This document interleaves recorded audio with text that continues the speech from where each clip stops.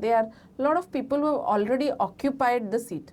So when you are a new business, you are a new entrepreneur coming from nowhere, but with a very different business model, these platforms really don't allow you to come up and take the spotlight, reach out, because there's a certain way of doing things. And it takes a lot of time for you to fit in, to maneuver your way, to get into the inner circle.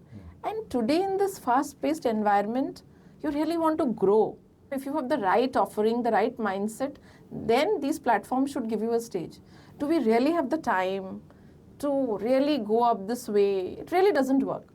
So that is what I meant when I was talking about democracy.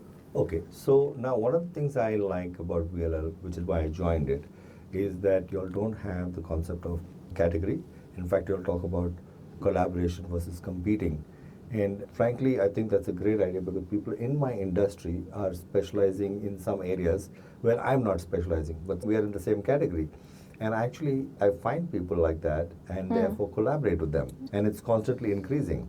So can you talk a little bit more about the fact that your approach is collaborative versus category and competing? Because I think that's one of the big differentiators. When you look at the entire spectrum of businesses, when I say spectrum, not only type of industry, but what stage they are. So typically self-employed micro businesses who are growing, obviously all have their inherent strengths. But do they do everything in that category? The answer is no. Can they do much more by collaborating with people in their industry who have different set of core strengths? The answer is yes. So how do you make it happen? Why do you want to restrict yourself? You can offer much more to the customer, and you can actually build core expertise in a number of areas, which is very difficult for smaller businesses to do it on their own. Number one. So when we restrict them by categories, we are actually limiting their growth potential.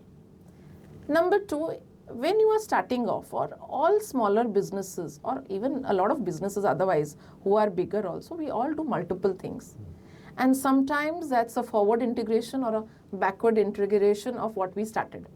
So if you don't allow those multiple things and the business to showcase its strength, and you are limiting them by very micro categories, it actually does not serve the purpose. And in the long term, by bringing about these restrictions in the name of category, you do two things. Number one is you restrict the growth of the business, and you create a lot of inherent conflicts in the community by doing so. Correct. Absolutely.